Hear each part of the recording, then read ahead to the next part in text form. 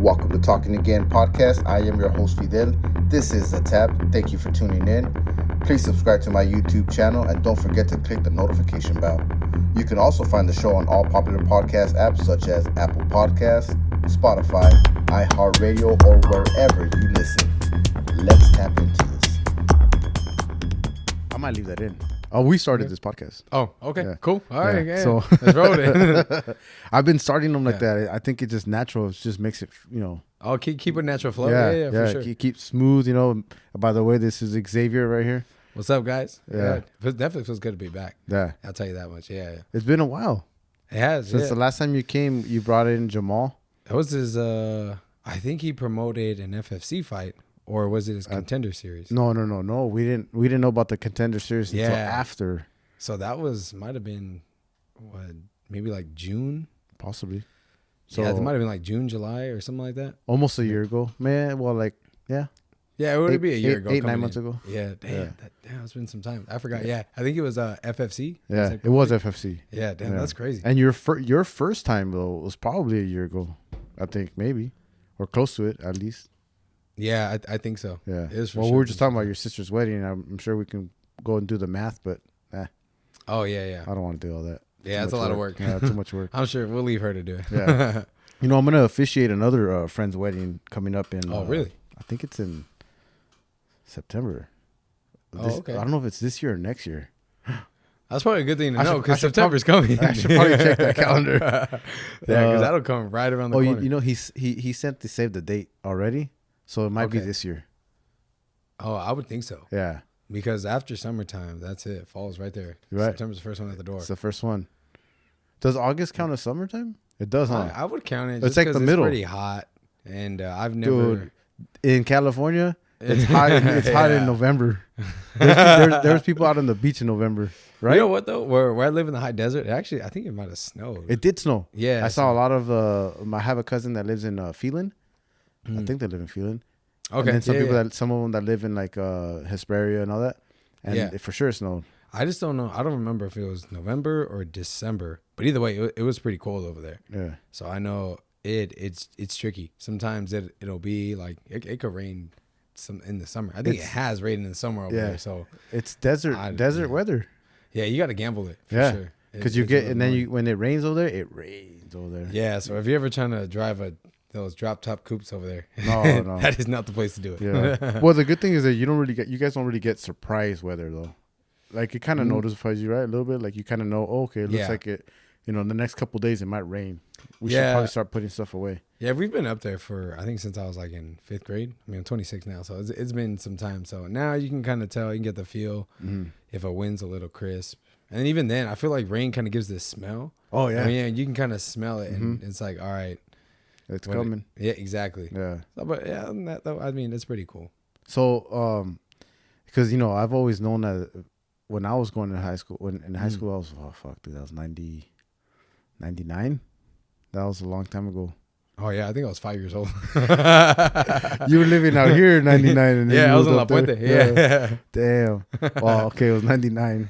You were 5, and all the rumors that we heard from Victorville, which in 99 you were going towards the fire when people were leaving Victorville. It was really bad. They're talking about meth over there, like the I wouldn't crime. doubt it, man. They were saying that. I actually one time where I work now, there's a Vons that's right next to there, and I remember I went to this Vons, old dude. If you ever watch, his name is Bill. So shout out Bill over there. Yeah. If you guys are ever in that area and you go to Vons on Bear Valley, he makes the best sandwiches. By the way, he really does. Yeah, I mean, At the Vons. yeah, All right. it's real slow. It's gonna take him like 15 minutes to make one sandwich, and that's after Wait, is he it one of comes the out ones toaster. that like he'll put it right here and then he puts the tomato on the side right here? Like it has to be perfect. Yeah, And then and so I asked him. I mean, I made a little joke. yeah. I was like, you're really taking your time. He's like, I make every sandwich. I'm going to eat it. Yeah. And I was like, all right, I Ooh, respect that. that's know? cool. Yeah, I like that. Yeah. Treats it with quality. Yep. So then I got to talking with him and he was telling me how he's been up there for like years. Yeah. Like, since he was in his 20s. Bill now, I mean, I didn't ask his age. And he's retired. You can tell he's retired. So it's some time. And he was saying that now we're talking about a street that has so many traffic lights. Yeah. And he was saying at one point it was just like a highway. Like you just drove. There was Yeah. no traffic lights.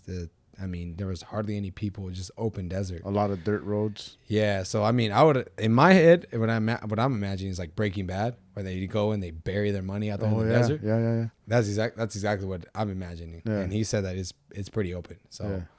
I wouldn't doubt that all that meth and all that was out there. And I think you get there's still a lot of dirt roads out there, right?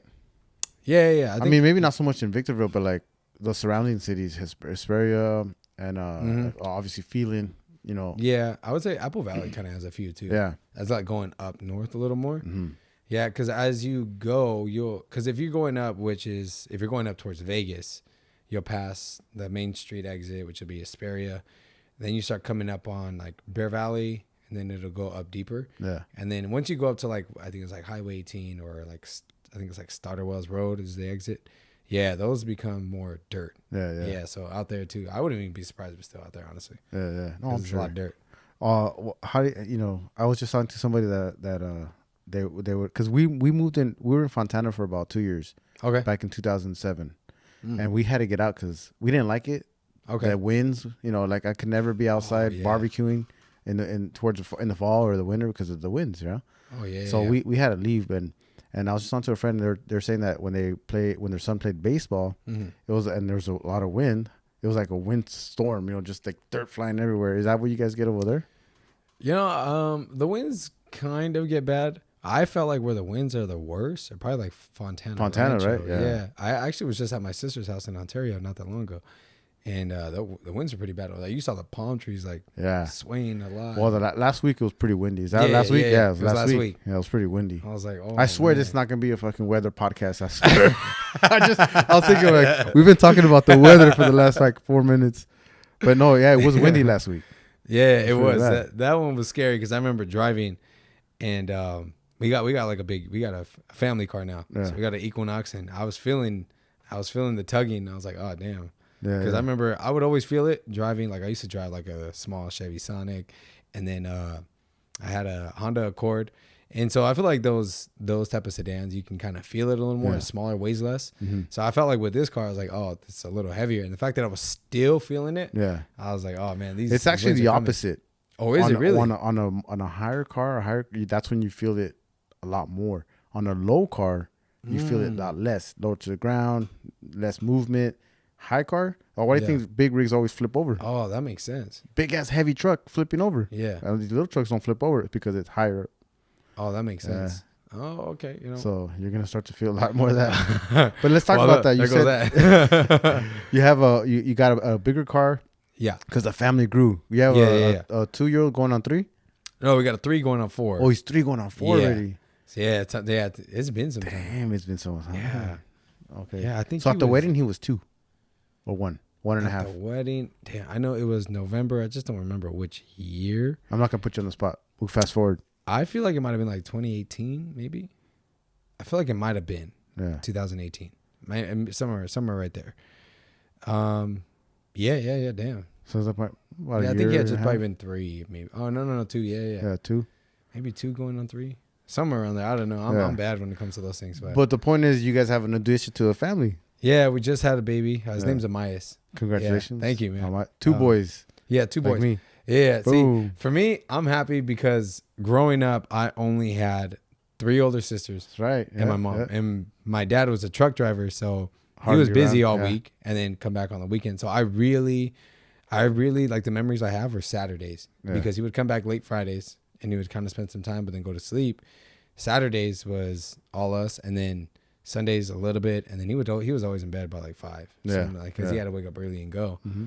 So for me, I hate it because growing up it was I knew what I should know, like what a tampon was, or like I knew these things. I knew what the monthly cycle was. That's what I saw. You knew how to be sensitive. Normal. Yeah, you were probably like the only kid there that was a ladies' man in 6th grade. It was like, because I know how to talk to the girls. So it was weird, man. Anytime I would try to like hang out, it was like, it was just different for sure. Like a lot of the kids were a lot more rough, and I wasn't really that way. It just wasn't like it. You just wouldn't, I just don't remember being as physical. Mm-hmm. Probably because I couldn't be with my sisters. Honestly, they beat me up. They're pretty mean, and then it just wasn't, like I remember my dad telling me like, you just, you don't put hands on a woman. It's something you don't do. Of course. So that always was kind of in my head. I mean, I'm sure my sisters might have memories where I hit them. I'm for sure. They probably do. Yeah. You're the youngest, right? Yeah. So you probably youngest, all of them. Probably kicked a few shins or not. Oh yeah, I'm probably sure. Yeah. Now I for sure definitely beat him up a little bit here and there. Yeah, I got to get my payback in somehow. But yeah, I remember having a friend in high school, and he had a girlfriend, and I guess she had sent him to the store for some tampons, and he was freaking out. Yeah. Oh, I mean, like, called me like shaking. Yeah. Like, his voice was like, he was stuttering a lot. And to me, I was like, dude, it's normal. Like, just go and get it. It is nothing different. Like, just go. Yeah. But for him, I remember telling him, like, he was telling me, like, dude, you're weird. Like, you shouldn't, like, nah. Like, this is something you just going by. Yeah. And I remember telling him, I was like, dude, I've been to the store. Xavier's like, is she a heavy? Is she what side do we need to get? All the things you shouldn't know, right? So I remember sorry. Yeah. So I remember things like that, like growing up, it definitely got me into like some trouble. Like things like I would relate to certain people, like I would relate to girls in a way like just not that I purposely did. It was just something I knew. Yeah. You know what I mean? Just because I would always see Came it. natural to like casual conversation. Yeah. So I mean, I got bullied a lot for it, and yeah. So that's why like now that I have my boys, I'm for sure like I am happy. Yeah. I know a lot of people want like they'll tell me they're not gonna try for the girl, and I'm like, nah, I'm good. I'm happy. I actually, when we found out she was pregnant, I was already hoping. I was like, yeah, I want a boy. Yeah. Even with my first Arius, I remember I was fixated. Like, nah, this is a boy. Yeah. And then my mom would tell me like, you have to prep. What if you have a daughter? And I was like, I don't need to. I know this. Wait, did you guys do like a gender reveal and all that, or is it all surprising? No, it was pretty much when I think we wanted to was initial. I mean, for me, I'm not really like into those things. It's like more when I find out, I'm like, all right, cool. It's a boy. Yeah. It was just more for me to know. Like everybody else, like I'm not big on. I'm gonna give you a surprise reveals and all that. Bring me. Let me have a party and bring me gifts just so that I can reveal. Yeah. You know what I mean. So I'm not really big on that. I'm not gonna knock on people that do it because there's a lot of people that I know that do it, but yeah, not my cup of tea. I think it's fun. It can be fun. Yeah. I don't mind attending one. I'm just not the person to throw it. You know. So when I found out, I was excited, but it's just never really been that. Yeah. So when we found out, it was just more of like, cool. We were excited. Yeah. But everybody else, I know my girlfriend Kayla wanted to. She did. I think she was like, I'm gonna do a gender reveal for a second one, and then I think she just got over anxious and just. She's not very good at keeping surprises. Sorry, babe, but you're not. Yeah. So she'll end up just saying things. Like she can't even buy a present. And she's like, I got your gift, but I'm not going to tell you. And then we'll come back like an hour later and be like, do you want to know? And then at that point, you kind of feel bad. So I'm trying to help her. I'm like, no, it's okay. I really don't. Yeah. And so she's like, okay, I'm just going to tell you. I'm like, okay, cool. So did she find out before, like when she was pregnant, or did you guys find out together when you guys got pregnant with the second child? Not the reveal as far as gender, but when she got pregnant, was it a surprise when she told you? Yeah, it was. How'd she tell you? I think she had just finished bathing Arius, so just gotten out of the shower, and then she just kind of told me like, I'm pregnant, and then I was like, oh damn, like I don't even remember exactly what I had just. You said, oh damn. Yeah, I was like, and not like, oh damn, but it was like, I remember in that moment, I was like, oh shoot, like I was already thinking like, all right, what do I need to do, you know, like. And like, not that I was like, damn, if he sees this, he's going to be mad later on. But I remember it was just one of those things where it was like, all right, I was already kind of thinking like problem solving in my head. Like, all right, what do I need to do? Yeah. How can, we make things better this time around? But for sure it was under like another loop. Yeah. Not the way we were headed, but nonetheless, it's same direction, just a different route. Yeah. Yeah. So that's the way I like that. Yeah. So, that's cool. Congratulations. I didn't even say congratulations, but congratulations. Now, it's funny you said that. Okay, different. You said same route, right? Different route. No. Same direction. Same direction, different route. Yeah. So I've noticed like you're obviously fitness coach, strength and conditioning, mobility. We'll get onto that. But something that I've noticed with your page, your Instagram, if you don't mind plugging it right now, your Instagram page. Sure. Your handle. Yeah. So people can follow you. Coach Xavier, so CoachXavier. It's gonna be _0516. There you go, and we'll tag it below too. But So I've noticed that a lot of your stuff is more like not more of, but a lot of it is life coach stuff too that you're saying. Oh A lot of messages, behind what you're saying. Where you're reading a lot, right? Is that what it is? Oh, Because yeah, I know yeah, you man. told me about a book that you just read. Is that where you're getting a lot of that, almost philosophies? For me, I've always kind of grown up. I know my parents have always taught me to have an open mind. Like nothing is really definitive unless you really believe it is, you know? So I would say probably more my mom kind of pushed me to kind of question things a little bit. Yeah. So for me, I like to question a lot of things. It mainly started for me because I grew up playing, I played soccer for a little bit and I got Osgood-Schlatter's disease. So it's like an extra, like a little bump on the knee. And for me, it kind of shut down a lot of things that I can do. For like even fitness, I think at one point I was avoiding doing legs. I was getting like that pyramid body. It was like weird, like an upside down one. So, and the doctors kind of told me like, hey, it is what it is. Like you have to deal with it for the rest of your life. Yeah. And so I went home and I was pissed. And then as I started to get into the fitness industry and I started to learn more about it, and I was like, man, I don't think I really need to. So I started doing my own research on it, and I was like, no, I'm pretty sure there's another way around it. I'm not the one person in this world that's dealing with this, So I started to look more into it, and then now like I'm doing all kinds of things they told me I wouldn't be doing, So I think definitely having the open mind and having it and being willing to learn a little more transverse into something else. All right, like.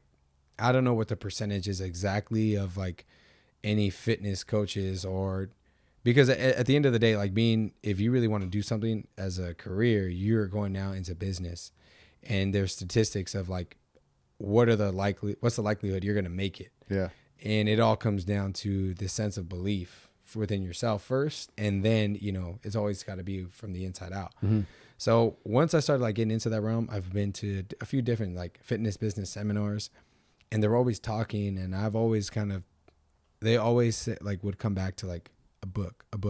And I think the main book that really I would say opened things for me was The Go-Giver. That one was like a huge book. And it's basically just a story about a guy who was working for me, met with this rich dude and told him basically showed him like different steps on how when you work to make somebody else better, everything else gets, you get all the benefits, but you can't work for that right away. Those are things that are going to be compounded in the end. Yeah. So when I started like looking at all this stuff and I saw how it made me so much different in the way, like I started programming workouts and the way I viewed things, and I think at like, for me as a fitness coach, I feel like it kind of changed me a little bit. And so now I was like, okay, I can give back more than just how to squat. There's more to it. I started to think it doesn't matter if I tell you how to squat if I can't get you to squat. Right. And I think going into that realm of I got to get you mentally invested first and then everything else is going to come. So that's where all that kind of came from. Okay. So so you're almost kind of like you said preparing them mentally first before they get out there. Yeah. So have you noticed, has that been one of your biggest challenges when you're working out with someone that wants to work out, but they're not doing it or they don't believe they can, like your knee thing, right?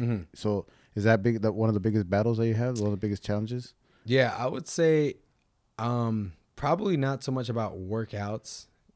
Like there for sure are some people who struggle with, I can't do this exercise because doctor said XYZ, right? Yeah. Oh, okay. So I for sure dealt with people like that. And I still do. And normally you just kind of have to tell them, like, if, like I would tell them like, okay, the doctor is saying you can't do this, which, and to a certain extent you have to agree. I don't like to step on toes. I'm not going to overstep a doctor, right. That is their field and I respect all different fields. But I will tell them, I do believe that you can't do this, but it doesn't mean you can't do it for the rest of your life. Yeah. Right. Like I, at some point, like try to plug myself in. So if the doctor is saying, for example, I've worked with someone who has trouble in the wrist and, she told me like, I can't, like, it just hurts. And I just can't put a lot of pressure. Doctor told me I can't. And she just kind of told me like, there's no way I'm going to be able to do it. So she would always do things on her fist. So after a while, like in the beginning, I was like, all right, like if that's what the doctor said, you know, he had years of schooling, I just kind of backed off. Yeah.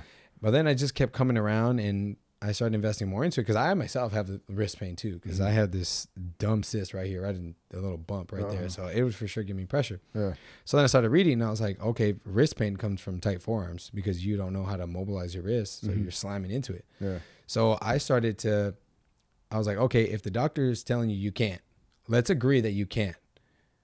But I'm going to give you an actionable step to take because at this point we have nothing to lose. You're not doing it then. And if you still don't continue to work on it, we had nothing to lose at this point. Yeah. So I started figuring out ways. Let's try this. Let's try that. And I mean, long story short, now she's doing push-ups and stuff like on the hands. And Yeah. so it's just finding a way to plug in. Like I'm a firm believer, nothing is set in stone unless you want it to be.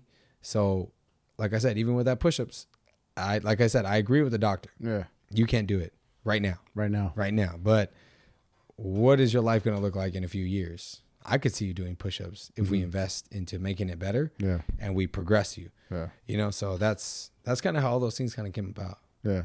Well, you know, and I say that because I feel like that's a lot of the people have excuses for not working out. Like that's one of mine. Like a perfect example. When you said that, I was like, oh shit, that's me. I have a really bad wrist, so I don't do those push-ups. I do push-ups with my knuckles when I do push-ups because I don't do push-ups often. Okay, so I should emphasize by saying when I do push-ups, I do them with my knuckles. Okay, because same thing. I have a bad wrist. Doing dumbbell press with like some.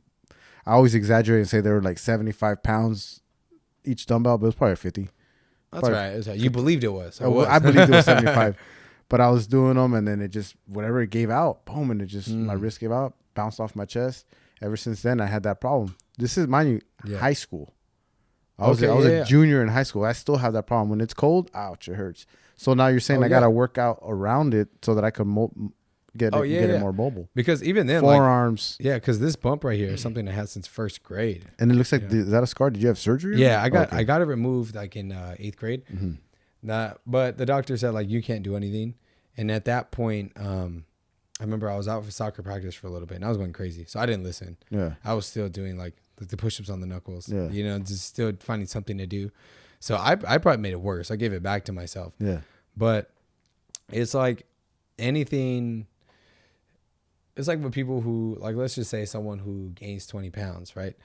You've gained 20 pounds and you haven't been doing anything for so long.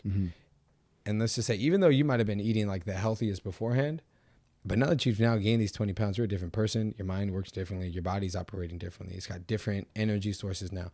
So if you just try to go back to what you were doing, it's not going to happen. Your body is going to say, whoa, like easy. I want this. I want that. You know what I mean? You're going to get the cravings because now it's something different. And you have now cut down a significant amount of calories.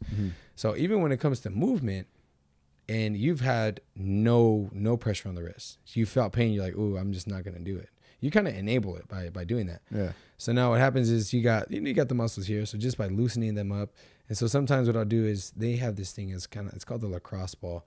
And I mean, even like a tennis ball, the only thing I don't like about tennis balls is that they have give to it. If you push, it kind of dips in. A lacrosse ball is pretty dense. So if you put weight on it, it's not going to give. It's more going to put more pressure back into you.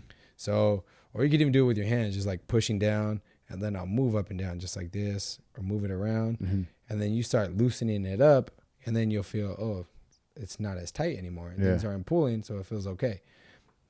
So like just doing those things like starting, it's kind of like a pyramid. You know, like you got at the very top would be, all right, I want to do a push-up. But before we get to the top, you know, you got to climb these stairs. So this step will be buying the lacrosse ball. Number 2 would be using the lacrosse ball, right? Right. And then 3 would be being consistent, right? And then you start eventually doing these things. And before you know it, you're going to go to do a push-up and you won't realize it right away. It's not going to be one of those things where you can do it and like, all right, today I can do a push-up. Yeah. You're just going to try it.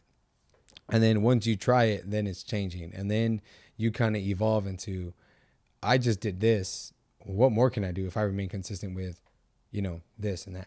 And I feel like that's why if you look at a lot of successful people who are doing things the right way, they're usually in pretty good shape. And I think it's, you know, it becomes an effect of, I just did this. What happens if I apply this same work ethic to this field. And I think it just transverses over. Mamba mentality. Exactly. Kind of yeah, exactly. That's crazy. So I think that's what's like huge about it. And that's where I kind of geek out.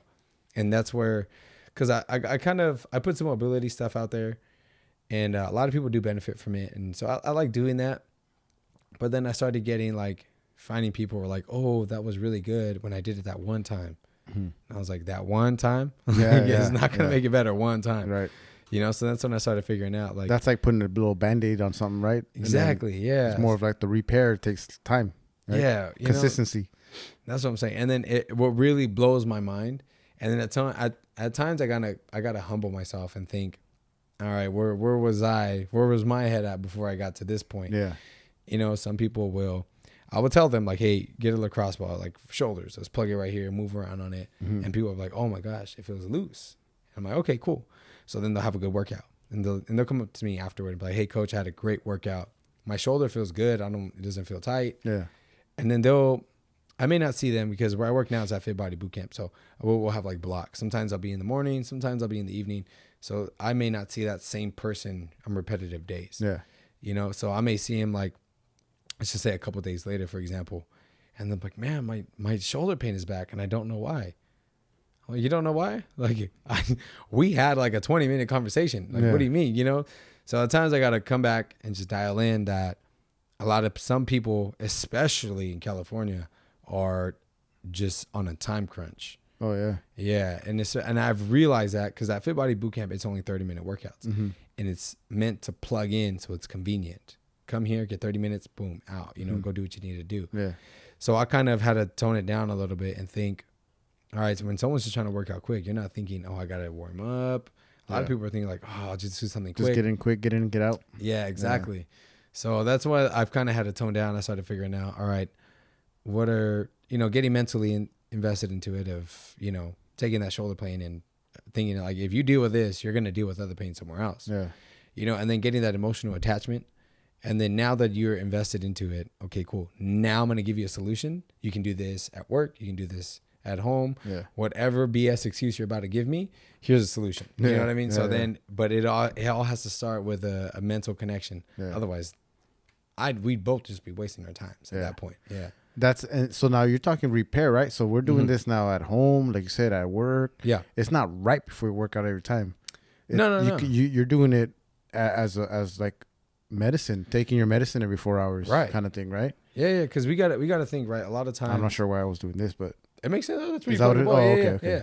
So a lot of times you got to think like a lot of people work at a desk and they'll be hunched over typing, or you're sitting in traffic and like this. And a lot of times, especially me, I'm guilty. I'll drive and my hand will be over the steering wheel like this. So I'm like pinching in here, and you'll be there. And some people drive in traffic hours at a time. Yeah. So we got to think, and then your hips are getting tight from just sitting.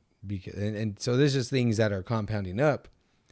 And this is just in one day, mind you. And then some people have a 7-day work week, and none of this is getting done.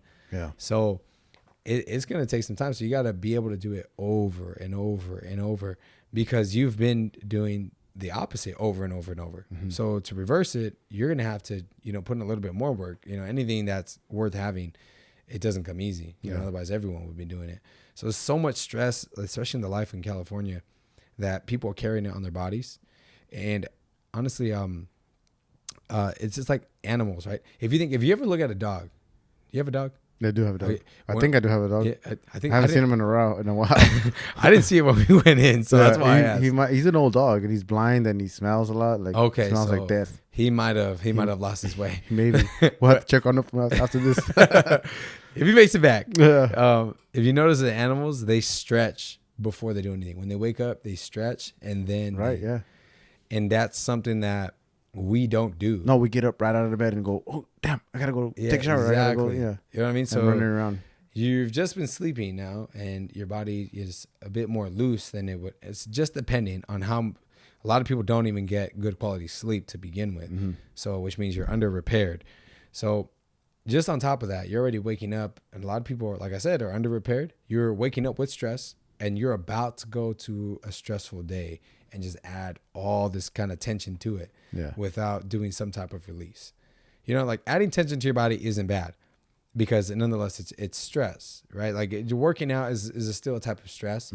It's good for you, you know, if done within moderation and plugged in appropriately. Yeah. It's good for you, you know, but if you don't do the tension relief, then you're just boom, boom, boom, boom, and it stacks. And then that's when, you know, rotator cuffs hurt. You know, that's when things like ACLs are blown out or meniscus tear, and or pecs tear, and just an example. You know what I mean? And that's what, and even athletes, you'll see it on them because it's overtraining, and you'll see it on a common, average Joe, because they're in a sense overtraining for their everyday life, and there's no type of relief. Yeah. So it's a vicious cycle. Yeah. Have you going? You know, you said your dad is a driver. He's still driving today, right? Yeah, still driving. Do you teach him some of this stuff, like some exercises, some stretching out? Does he ever complain about that stuff to you? Yeah, he does. There's been times like I'll tell him some stuff. He comes. I've noticed with it, I can't go and tell him. I just stay prepared to have the knowledge when he does come to ask me. Oh, okay. You know, so and I know when it's serious, because he'll come around and ask me like, hey, what can I do? What can I eat for this? You know, or what can I do for this? Yeah. And then that's in that moment I'll tell him, you know? So I know I love you, Dad, but it's just, yeah. I mean, some people are just that way. You don't want to push it on him, but you'll give him all the knowledge that you have if he asks for it. Right. Same thing goes with family members and friends of yours. Yeah.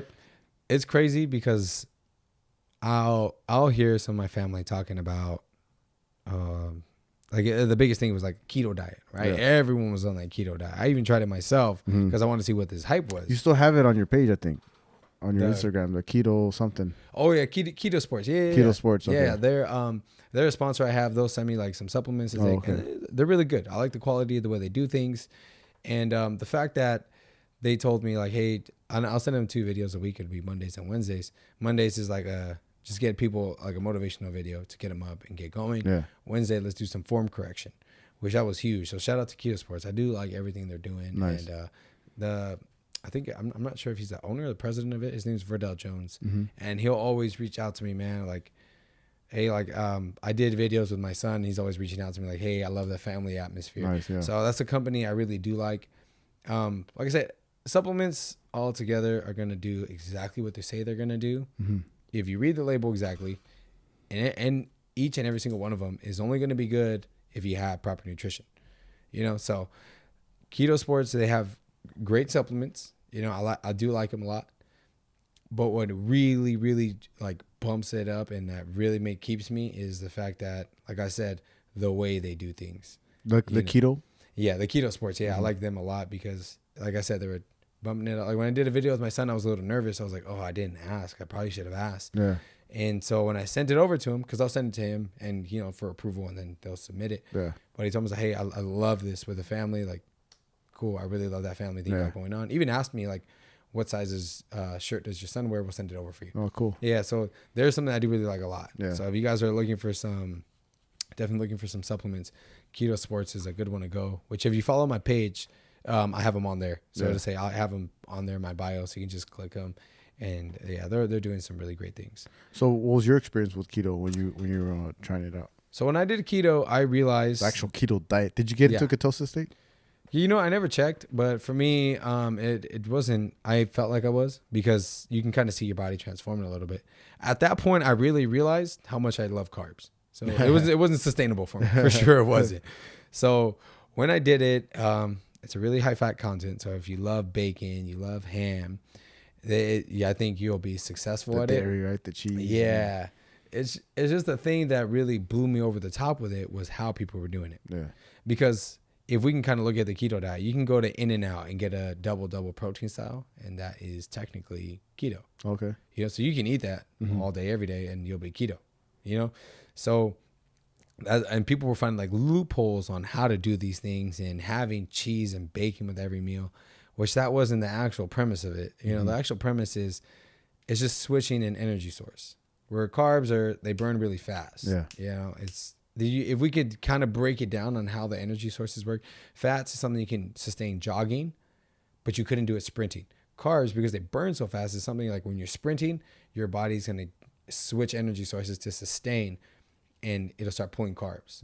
you know, and so fats are a good way for the average person, mind you. Not a lot of people are pushing that intense limit, so keto, it works. It does work for the average person. Yeah.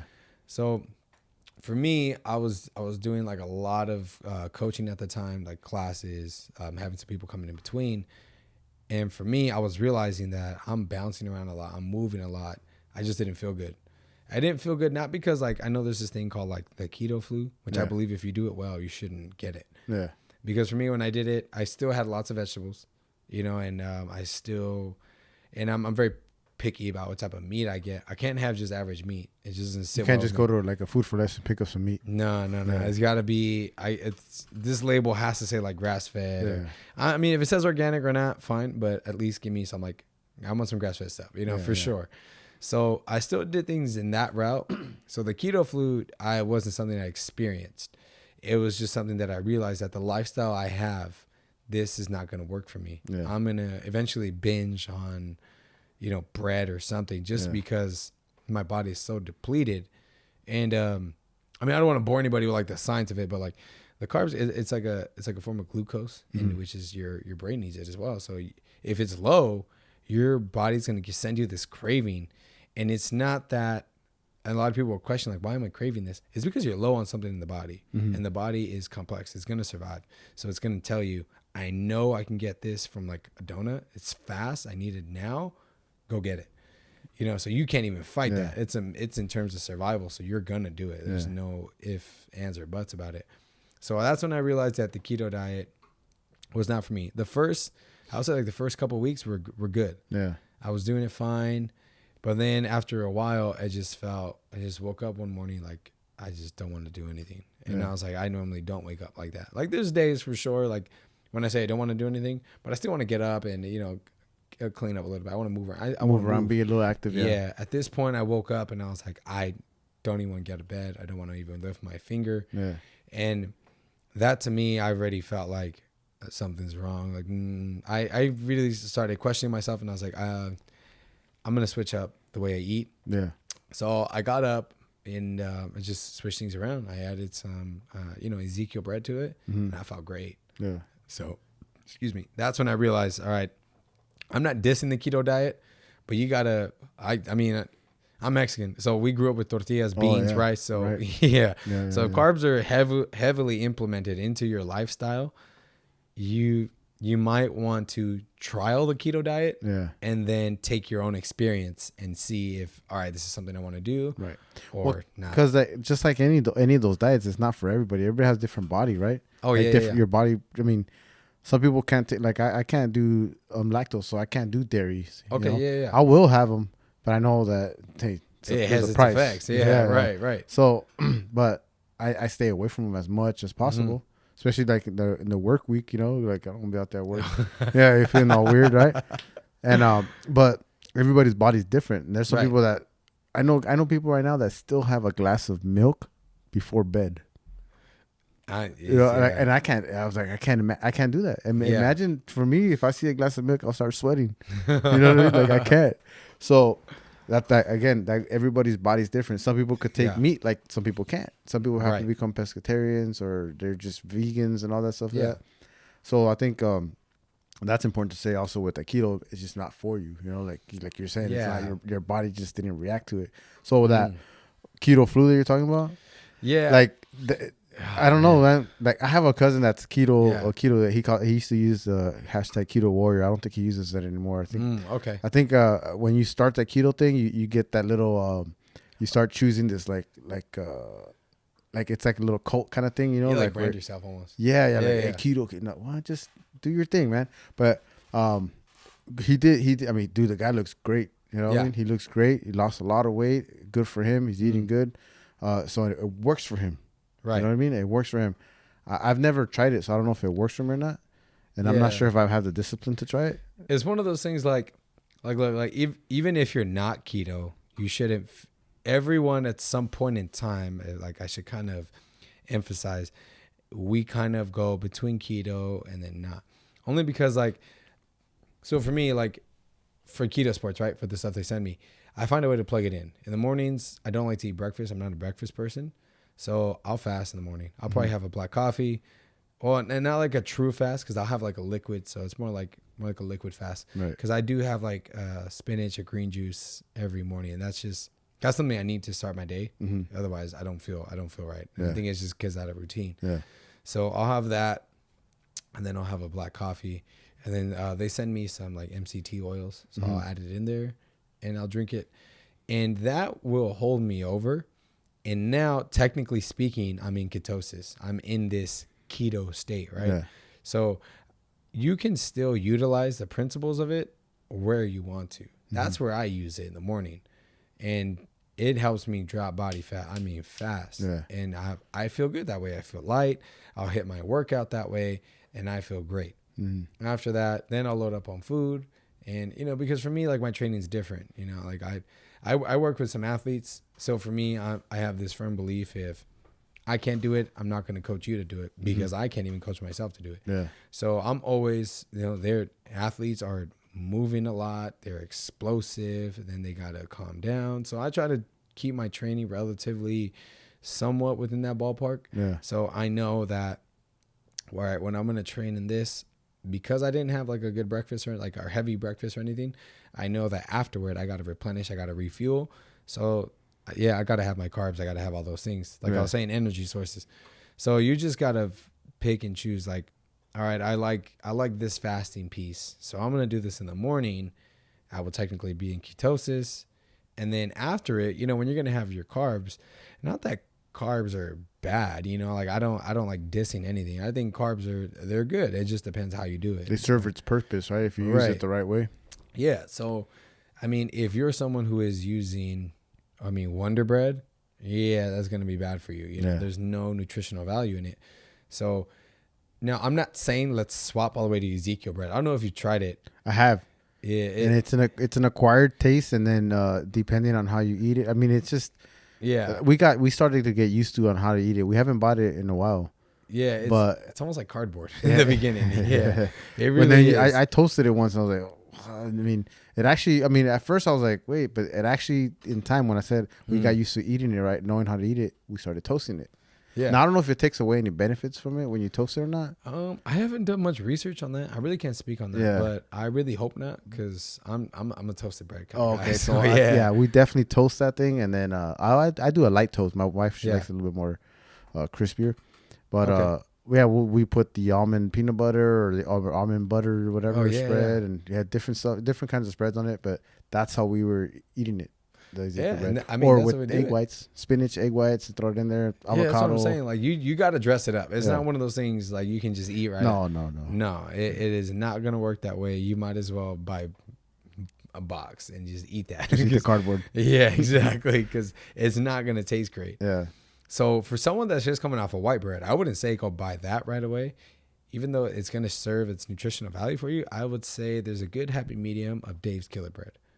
Dave's Killer Bread? Dave's Killer Bread, yeah. Is that a brand or is that? Yeah, that's a brand. So they have different types. I even think they have like a thing called white bread done right. White bread done right. Yeah, that's what it says on the label. Yeah, it's crazy. So for me, I can't go back because if I go back, I'm not going forward again. So I stay away from it just because I've gotten used to Ezekiel bread. I can do it. And so I for sure dress it up. Like, listen, guys, it's not one of those things where I'm eating it by itself. Hell no, I'll be dead honest. Like, no way. For me, like, I like to use avocado as like a mayo, and I put like some chili flakes on it. Yep. And I honestly got this from it's a Fit Bar Cafe. I was telling you I was out in Seattle. Oh right, yeah. Yeah. So shout out to them because that's where I got it from. And they use the avocado and then they put the chili flakes. That for me is good. So, well, I've been doing that because I was on this Nando diet, right? Okay. Mr. Olympia 66, and he would give me like avocado stuff. I would put tahini. I put tahini. Yeah, I put tahini on everything, on my cucumbers. So I started doing it on my spreads, my toast, my spread. I would do it with actually I wouldn't do it toast because I wasn't supposed to use bread, but on rice cakes, avocado, tahini. On a rice cake? Dude, yeah. Oh, I've never tried that. It's good. I'm going to have to. I'm for sure going to have to try that. It's so good, dude. Yeah. I want to give that a try. So, if you guys are wondering, Yeah, Try it out. that's what I'm saying. You really good gotta tahini. find a way to dress it up. Yeah. I mean, if you want to eat clean, which we you know, you saw the bathroom. We did some renovations in the house. Yeah. We did a few things, and we were stressed out. We got new baby. Same, you know. Oh, well, yeah, he's a yeah. year old already, but No, even at a year old, man, they're still. Oh, he's a handful. Yeah.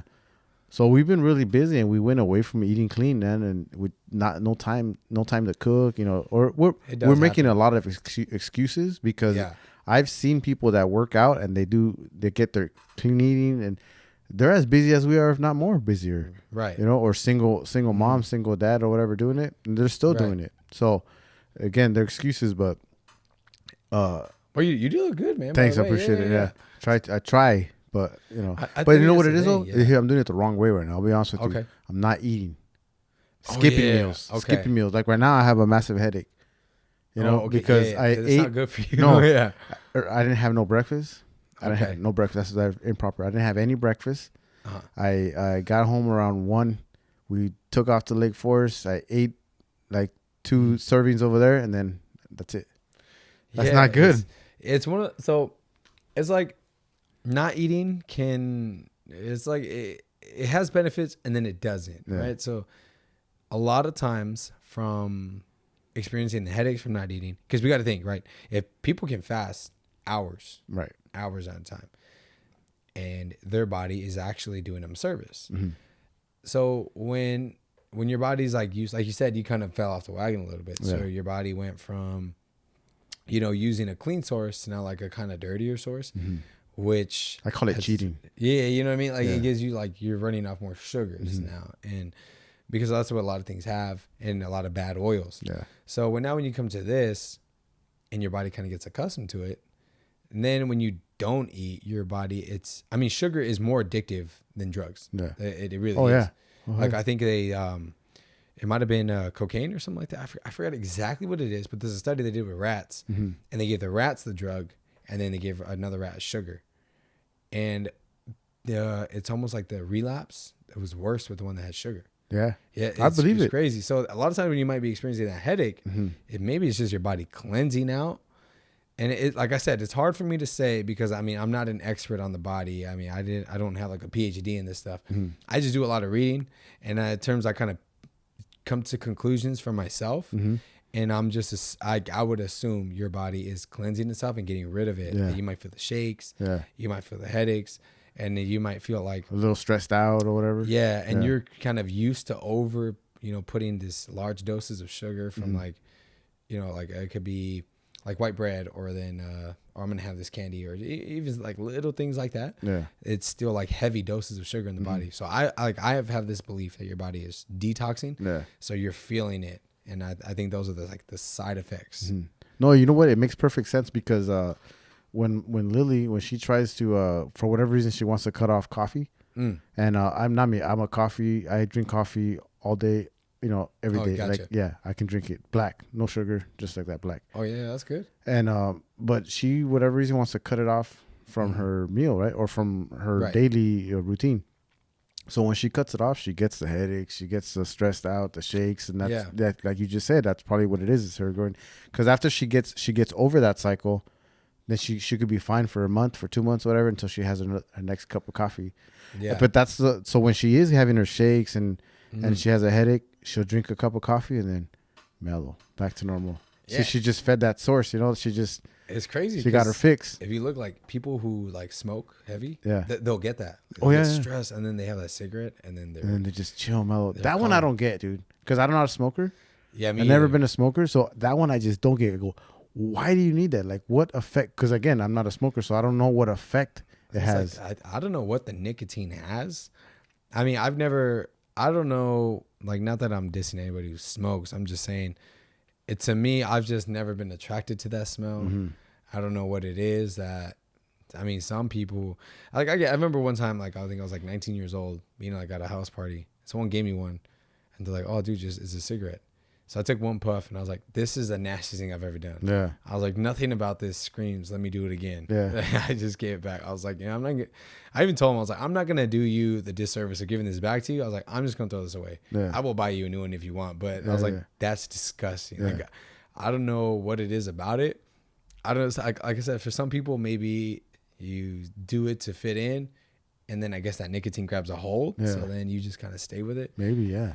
I don't know, man. But I know with the coffee though. Yeah. I think coffee is one of like the most processed things in the world. So what do you mean? like if you don't buy organic coffee, I think like if you buy to like Folgers, for example, not to knock off brands, but Folgers. You buy Folgers, that's it's highly processed. Is that what it's highly processed? I think like you said, not to knock off brands, but I think like Nescafe. There's a few other ones. I know those are like the big two that I know. Starbucks is, like I said, like I really don't like to. I'm not trying to throw shade at anybody. It's okay, we throw shade. But it's like some of these things aren't done well. Yeah. You know, so for me, like even then, like I don't do regular coffee. Sometimes I will if like that's the only thing at my disposal and it's been like a really rough day. Mm-hmm. For sure, like you got to plug in where it fits. But for me, I have to get organic coffee just because I know like the effects of it. I think it's like highly chemically processed. Yeah. And I think that's what gives the shakes with it. Because for me, like the organic coffee I'll have one every morning. And if I don't have one day, I don't feel those effects. You know what I mean? And it's pretty religious that I'll have one in the morning. You know, I'll have it. And like you said, same thing, black coffee. But if I don't want to have it, I'm fine. Yeah. I'm good without it. That makes sense because there's so many people that, what do you hear when in the morning when they say, I haven't had my coffee yet? Yeah. Right? That's the first thing. I haven't had my coffee yet. That's like that you're an addict. We're addicts. I'm not saying you're an addict. We're addicts. Haven't had my coffee yet. But I have to have my coffee in the morning. That's a very common phrase. Yeah. I don't know. Like I said, maybe it's that. I mean, but I myself have never been a big like caffeine junkie. Even then, like when I was like working out, like I mean, I was working like kind of carelessly before, and I mean, this is before like I actually knew about like ingredients and stuff. I was buying these pre-workouts, and they were high stimulant. Like we're talking like I think it was like 400 to 500 milligrams of caffeine. Yeah, which is huge because the average cup of coffee might have like 1 or 150. Mm-hmm. You know what I mean? So for a person to have like 2 cups, they might be pushing it. You're at 300. So this one supplement alone was like beyond. Yeah. So even then, like I would take it, and if I stopped taking it, I didn't feel an effect. Mm-hmm. You know, but when I did take it, it's like I think it was like after like 5 p.m. I would not sleep. I'd have headaches, and it just depletes your water because you're becoming dehydrated now. Yeah. And so usually you'll get like drier skin. You can feel it in your mouth. So I don't know if it's like maybe you're under hydrating, mm-hmm. right? I don't know if that's proper. I don't know, but you're not hydrating enough that maybe you're getting these effects, or is it because it's all this processed chemicals? I don't know. It's such a complex like scenario that like I said, for me, I've never felt that. I mean, having that like come down, or like when you're just shaking, like I need my coffee, is one of those things where if it's there, cool, I'll have it. If not, I'll be fine. Yeah. You know, so like I said, I don't know what it is. Well, I don't know. Yeah, is it the high tolerance for it already, the caffeine, or is it the organic stuff? You know, who knows? That's what I'm saying. Like, I might have to try it though. I'm gonna have to start trying some organic coffee. I've had some before, and the taste is also, to me, honestly, is an acquired taste when you're so used to having like a Starbucks or you know, the transition from that to organic, it's gonna take some time, right? I think, because when I had the organic, I was like, wow, this is. I mean, I like it. It's good, but it's different. It was different. I even had mushroom. It was an organic mushroom coffee. I don't know if you ever had that. Which one? It's called. I don't know the name of I don't know the brand, but it's like a mushroom. I actually do use one. That's the one I use. Oh, okay. It's called Four Sigmatic. The one that I have. I don't know if that's what it was. Someone gave it to me as to sample it, and it was. I liked it. Yeah, the one that I use, it has like so it has your organic coffee, and then it has an organic lion's mane extract in there. Mm-hmm. And lion's mane and mushroom it's just straight brain fuel concentration, and it's all natural. Like that's one thing. When I've told people about that before, they're like, look at you like you're talking like some type of psychedelic shroom. And I'm like, it is definitely not the same thing. Yeah. Like a lot of medication has derived from these medical mushrooms. Right. So the brand Four Sigmatic, I like it a lot. They have some good ones. Actually, Walmart started selling it. Oh, really? Yeah. If you go to Walmart, shout out to Walmart, because I went one day because it's right next to my house. Yeah. And I actually went, and I was walking down the coffee aisle, And I was like, man, like I ran out. So I was just kind of looking through them and I seen it there. And for this one, a lot of people will feel it's a little pricey. It's like $20 a bag, something like that. But you got to keep in mind, you're not paying just for the coffee. You're paying for this mushroom too. So it's something to keep in mind when you're investing into it. That's kind of where like I keep an open head about it. I'm like, I'm not paying $20 for coffee per se. Yeah. I'm paying for this duo. Mm-hmm. And they have different things. Like they have, they have like their hot cocoa mixes. So you like, same. Yeah. So you can do it. And then it has different mushrooms. Like they have like a reishi mushroom, which helps with like anxiety. It puts you in the state of deep sleeper faster. Yeah. And naturally. It's not something that's going to submit you like, with like an Ambien that people take to like just knock out. Right. And that one just makes you unconscious, whereas reishi naturally pushes you into deep sleep, which that's where the repairing, all that happens. So you got different things like that. They have like maitake, shiitake, things that like cancer fighting. We're talking like if you have allergies, it's going to help with your allergies. I think it's like more antioxidants than like berries. Four Sigmatic. Yeah. So I mean they're a good brand. I like them because I know they do like a dual extraction. Yeah. It's like a hot water and alcohol. I think the alcohol one's called like a tincture or something like that. So you get the benefits of the alcohol extraction and the hot water extraction, and they put it together. Some of them you get only one or the other. I mean, sometimes you just kind of have to play and kind of see how your body feels with it, honestly. Because a lot of them, I only know that Four Sigmatic does that because I was watching this other podcast that I go to. It's called the Model Health Show. And I like it a lot. That's where I get, in the beginning, that's where I got a lot. That's not your favorite podcast. No, of course not. Of course not. Now, come on, man. Yeah. So, I mean, like they put like a lot of like health stuff. And so that's where I found out about them. Yeah. And then he said it. So that's how I know they do that double extraction. And then I took their mushroom course and they said it again. So a lot of these other ones, they may not say it, but I'm not going to knock them. I think if you're taking it for the good reasons, by all means, take it. Yeah. So there's chaga. Chaga was the other one. That's when I was trying to play. Oh, yeah. I've heard of that one. No, it's the chaga one. Yeah. I got to be honest. If you're buying, not the coffees, but if you're buying just a straight extract of reishi, chaga, lion's mane, they all taste like ass. I'm going to put that out there. They do not taste great. Yeah. So I would suggest, like, if you're drinking it in a tea, it's going to be disgusting. It is an acquired taste. Yeah. But if you can get through the taste and reap the benefits, like I would say do it. Well, it's like matcha. Yeah, matcha doesn't have a good taste either. Oh, yeah. It's so good for you, but so nasty. Yeah. But that's the thing, right? What's good for you might not taste good, but it's good for you. So I think you can always just dress it up. I mean, maybe add into like a protein shake. Like the Ezekiel bread. Just like that. Exactly. Just like that. Yeah, you got to everything find goes back mix. to it. Oh, man. So, we're probably going on for probably over an hour already. But I still got time. You good? Yeah. Okay. Well, how important is it, like the meals and the foods when you're working with these athletes, like some of the fighters that you're working with? And it is. Yeah. And have they bought into it already? So some of them do, some of them don't. Yeah. You don't know who you are. Put him on, but he's not gonna put you on blast. Yeah. So, like one in particular, I've been telling for a while. Yeah. Like a while. And I'm just going to say it again, a while, because he's going to see this and he's going to know. So now he's just starting to come around. Yeah. You know what I mean? So it does take time. And it's one of those things you have to say repetitively. There's many things that I remember growing up, my parents would tell me. And one of the biggest things they would say is, you're not going to know until you have a kid. You're not going to know until you have your own kid.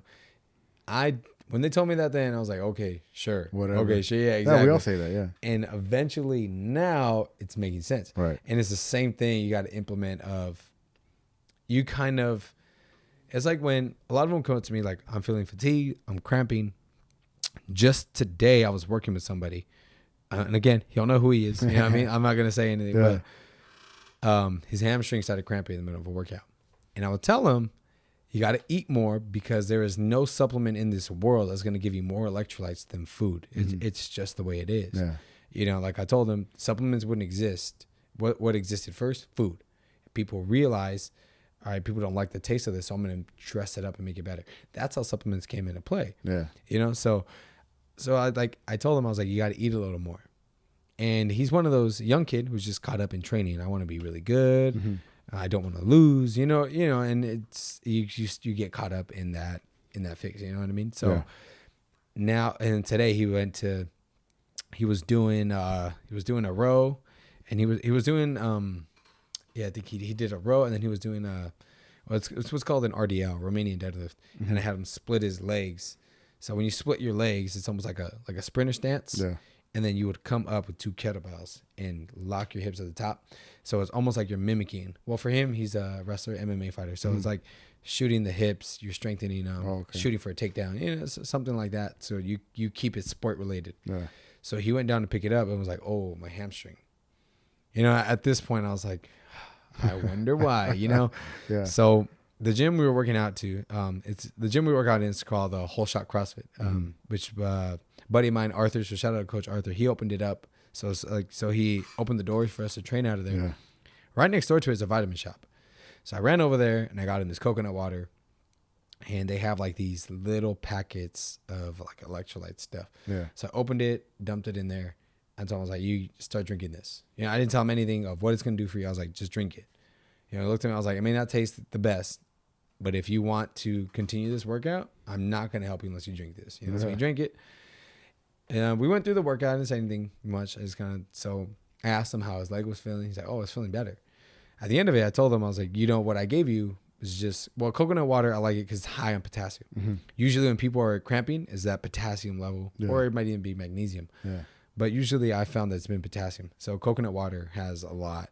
So I went out of that, and then the little packet had like an extra 200 milligrams. And the way he was moving, it was cramping in more than one area. I was like, oh, you might be seriously low. Yeah. So I gave it to him.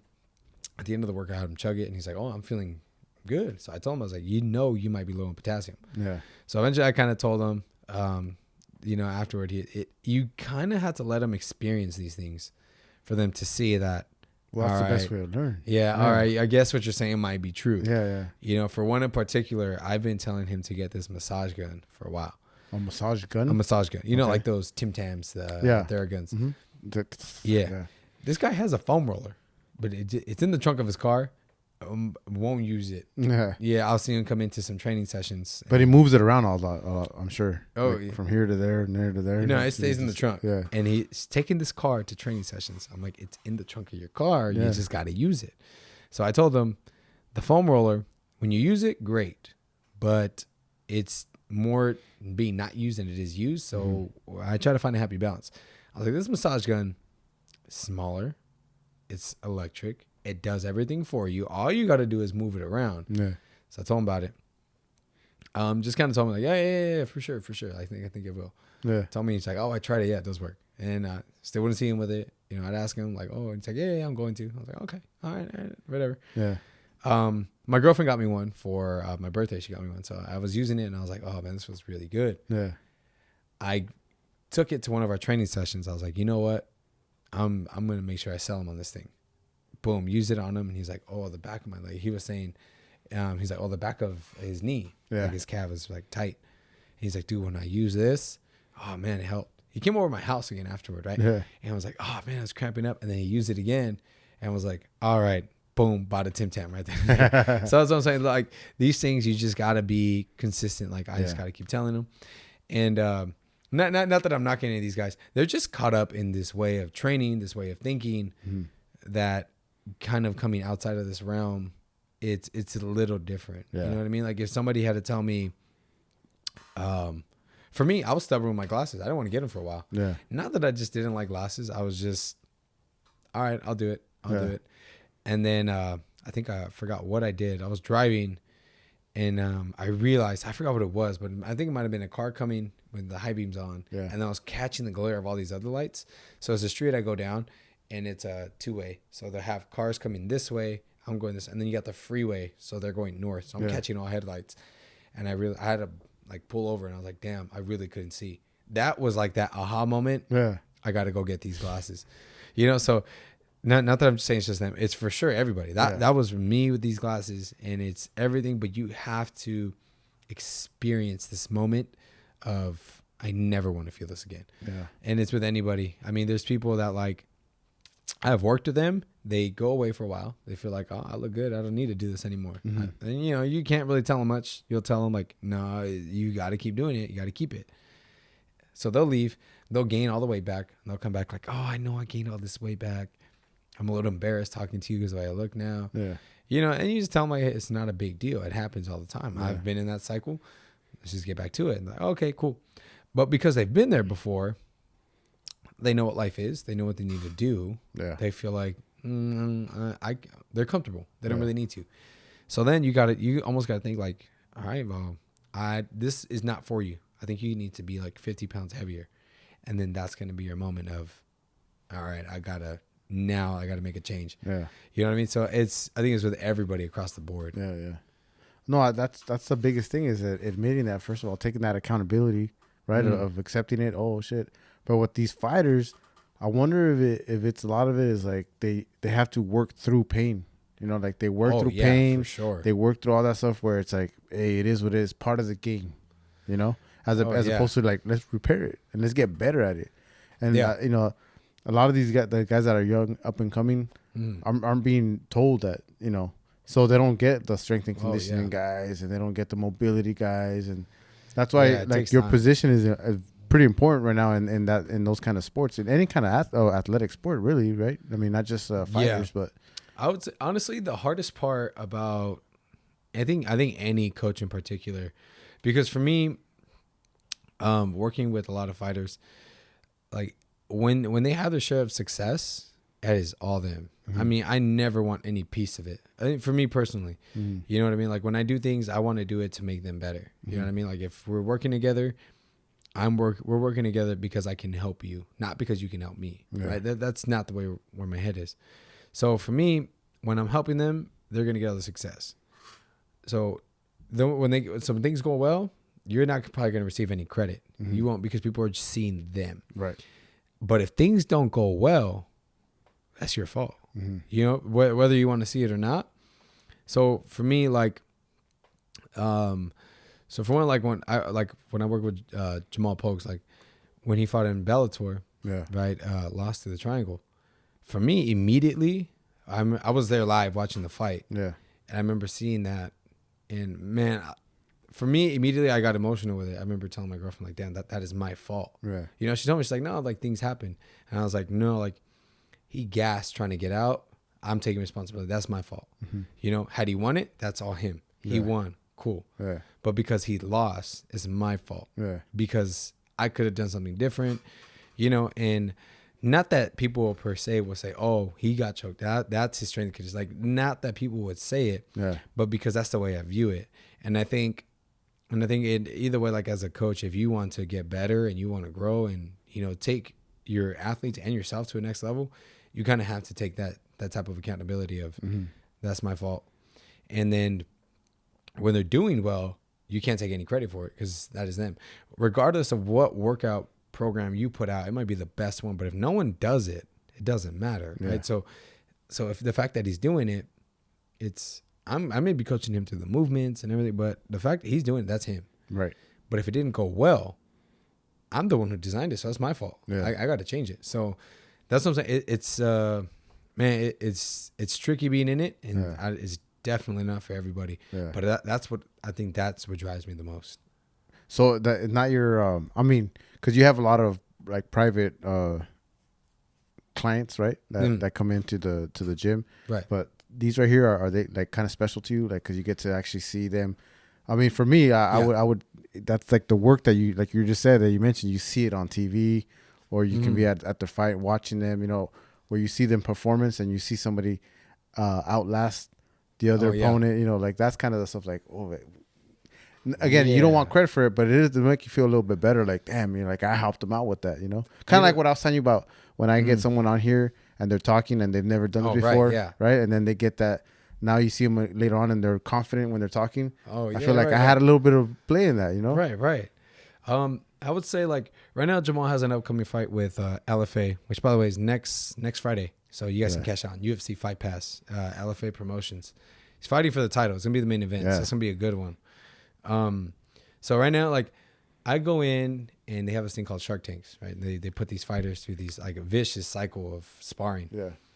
I like to go in and watch what he's doing, because I like to go in and see if what I'm doing is working and what more I can add, and, you know, just to kind of see like where my role fits. Right. So I like to go and watch him. I'll take some notes, And I'll have a few other people in there that I watch, and I'm watching them too, seeing like their movement patterns and stuff.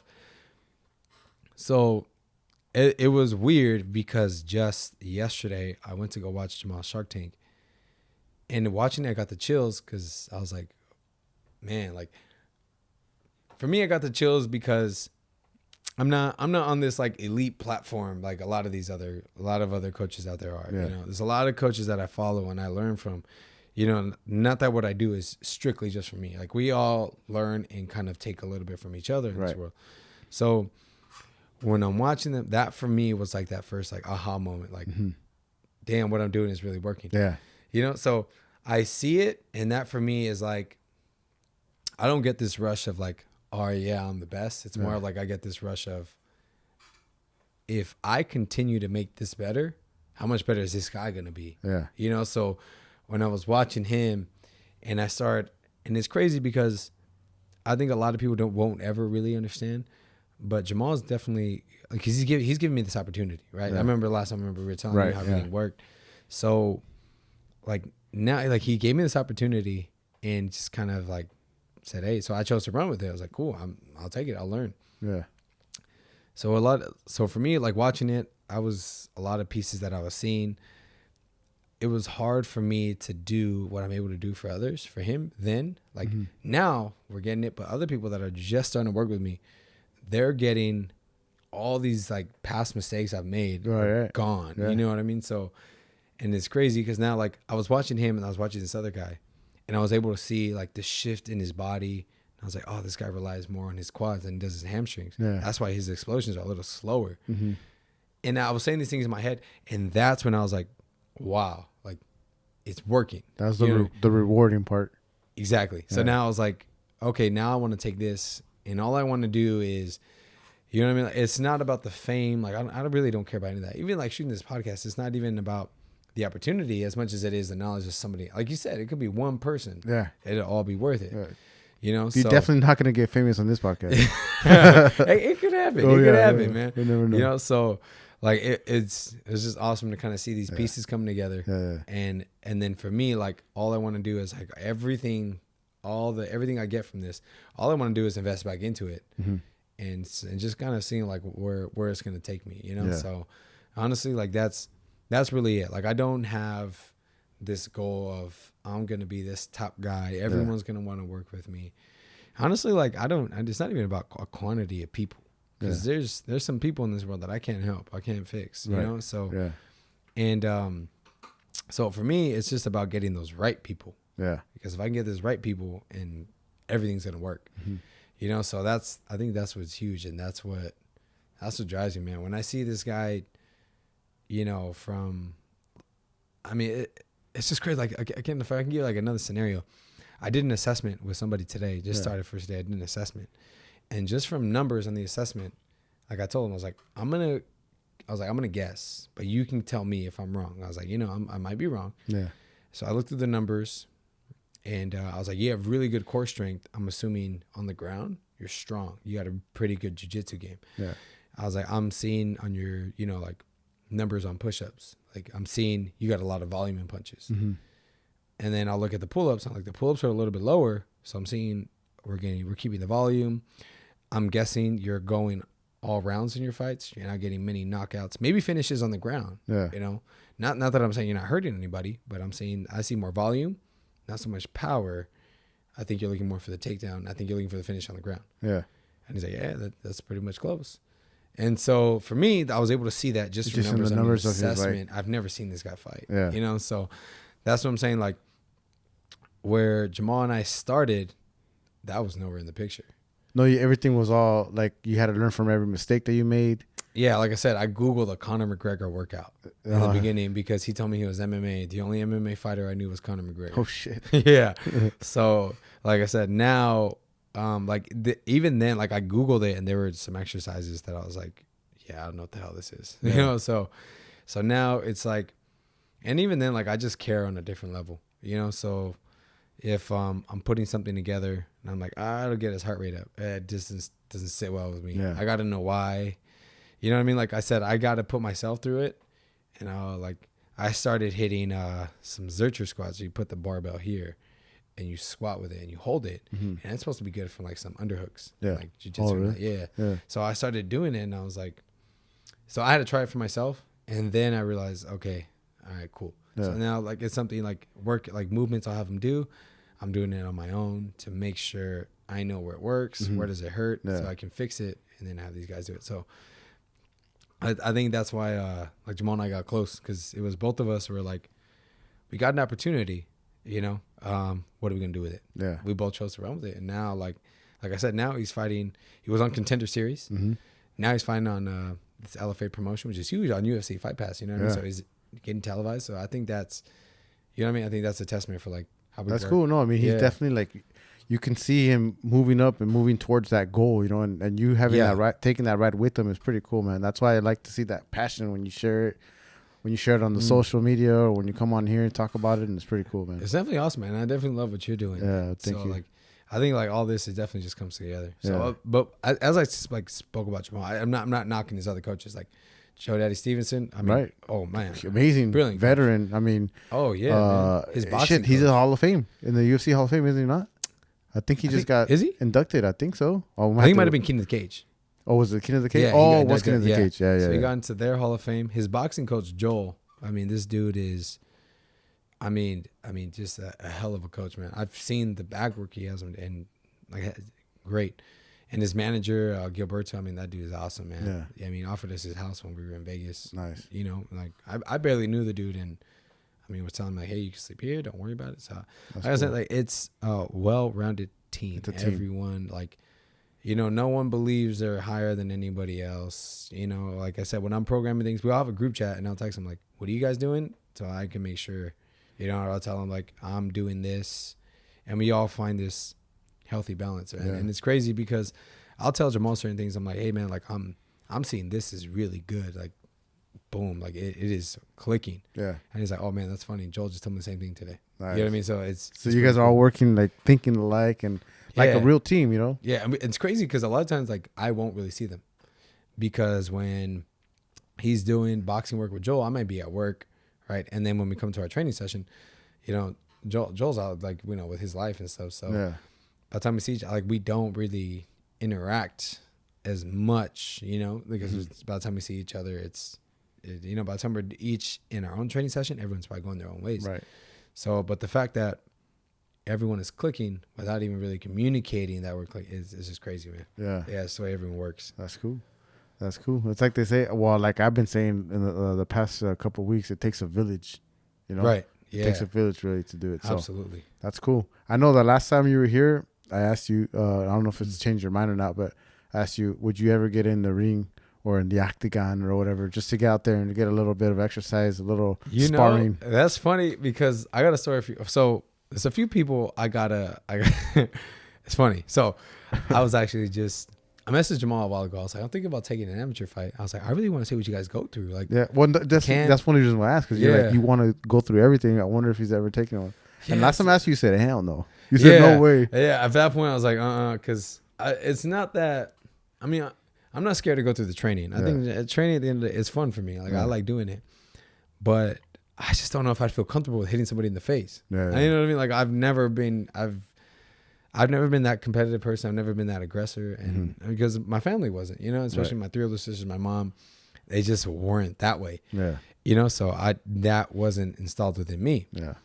And especially like when I got bullied, it just didn't work like that for me. So, but then as I started watching more UFC fights, and I'm talking like I was replaying fights because I wanted to know different angles. Yeah. Like when they're moving, when someone's stepping a certain way, how can we get the advantage through movement patterns and stuff? So I started really like watching it, and I started looking, and I was like, this stuff, don't get me wrong, it's hard. The training and everything is hard. Yeah. But it's not as complex, I feel, as people would think. I think if you just do the basics and you become really good at the basics, everything else will come in hand. Yeah. I started thinking back on like the way I programmed certain training and the movements. I was like, I learned to dumb it down for me because there's certifications that won't even give me a time of day because I don't have a BA. Oh. You know what I mean? Like there's certain like strength and conditioning certifications I can't get. So I had to figure out how to go a different route and get the things I needed. Mm-hmm.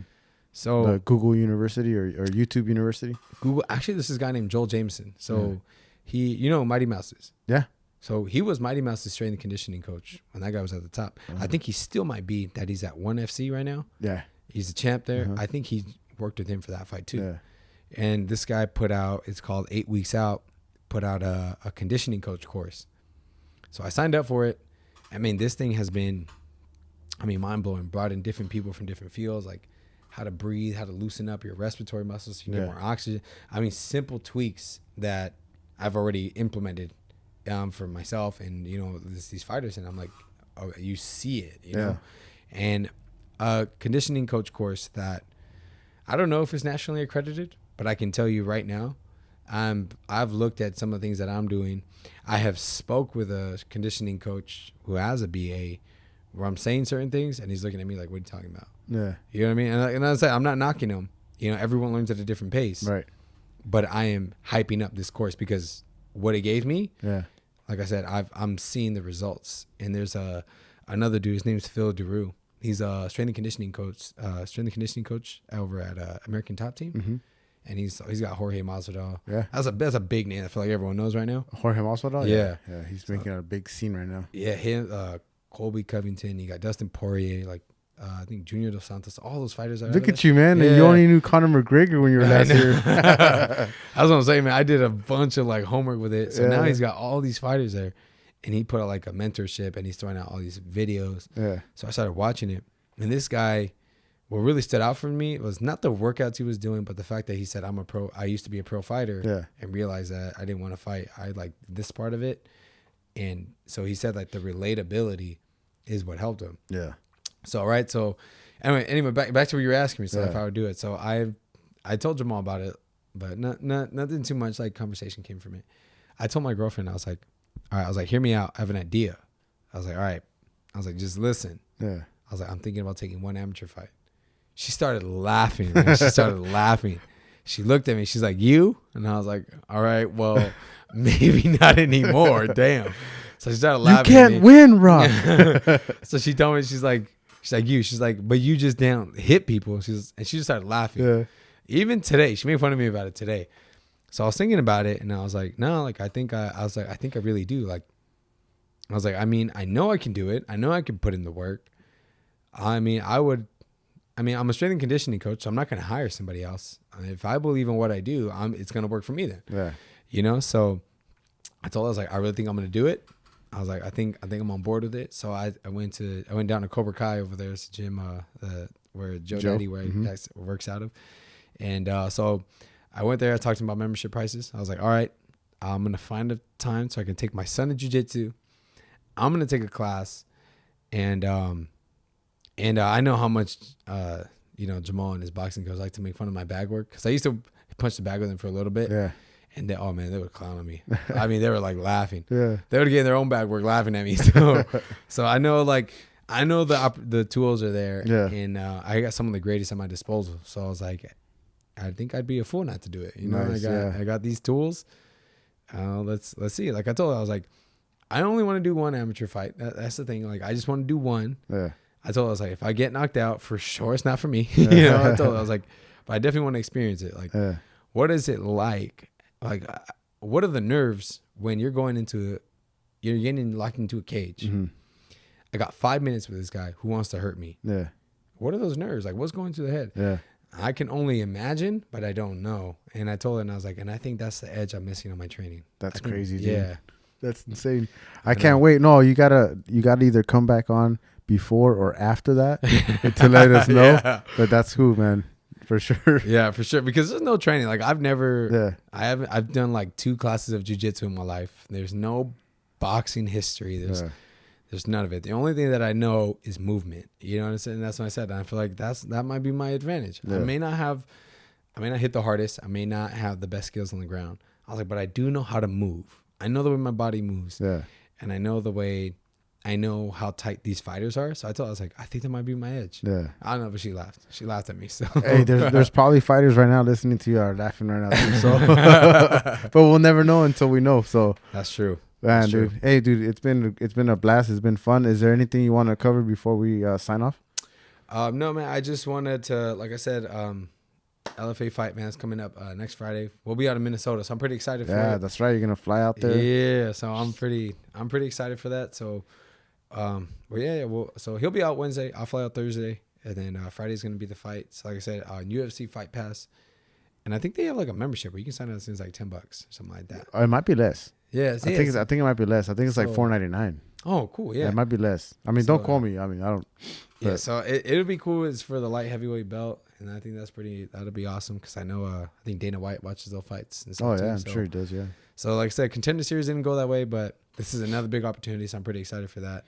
And definitely, I just want to shout out Fit Body Bootcamp, and his name's Dustin. He's the owner of that one. Mm-hmm. I mean, man, that guy has given me, helped polish up a lot of tools. Like when I got hired on there, just paid for a nutrition coach. Is this course. the same one that you were at? No, the other one where I worked at, just different visions. You know what I mean? Like just different things. Like I said, training fighters was never something that I wanted to do. Yeah. It was just Jamal.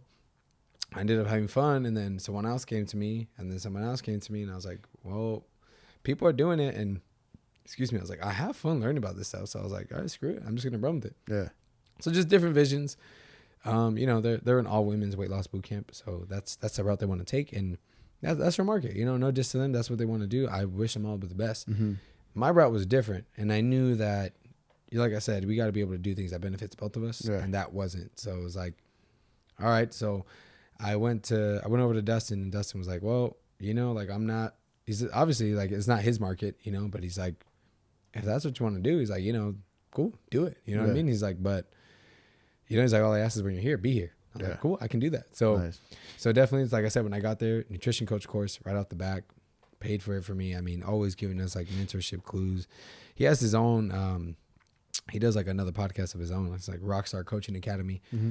So I think if people have like more questions about that stuff, you know what I mean? Like I said, I'm not the person for everybody. Yeah. So I think you should definitely check out that one. It's him, another coach, Christian. So I got definitely a good team backing me at Fit Body. Like I said, I want to shout them out because they're covering for me while I'm out of Minnesota. So, like you said, it takes a village, and they definitely help me out a lot. There you go. What was the name of his podcast again? Rockstar Coaching Academy. Rockstar Coaching Academy. Yeah, you'll see him, bald dude, glasses, and then the dude next to him, tall, like buff guy. They're like, I think they're like back to back. Yeah. Someone was like, I'm gonna make fun of him a little bit. Someone's a little cheesy, but yeah, they got a lot of good nuggets on there. No, that's good. Yeah, it's always good to have different kind of outlets and different kind of ways of learning. And getting different knowledge and experience from other people, whatever. Oh yeah, for sure. Like I said, I pick everybody's brain, man. Yeah, I'll pick his. I got people online that I'm bugging, and so I mean, I try to pick from all different sources. Yeah, that's how you get better. That's true. That's how you get better. Well, again, thanks a lot, man. Thanks for coming on. Of course, man. This was a blast. Oh, of course, you got to. This is not the last one. We'll have many others, I definitely look forward to bringing Jamal back, man. Oh yeah, that'd be cool. Yeah. After he gets that, maybe he can bring the belt with him. That'd be pretty cool. I don't know if his mom's gonna let him because there was another promotion, Cage Wars. Yeah. And he fought a heavyweight fight and won the belt. Right. And Jamal gave it to me. He's like, "Hey man, this one's for you." Yeah. And so I was like, "Oh hell yeah!" And his mom kept asking me, she's like, "Where's my belt?" Oh. I was like, "Oh no," so I didn't give that one up. So this one, we might have to bring his mom on the show. Okay, that's fine. We'll bring her on too. I know they have a really good relationship, so we'll bring them on and maybe just for a show and tell. Well, yeah, we'll see. We'll make it happen. Yeah, that'll be dope. So again, this is Fidel. That's Xavier Martinez. Check him out. Oh, again with your Instagram, the handle. It's Coach Xavier. Yeah, _0516. _0516. There you have it. This is Talking Again podcast. We are closing out the tap. Yeah. Almost forgot my sign off. Oh, there We're you go. closing out the tap. There you go, man. Thank you very much. Appreciate it. Yeah, of course.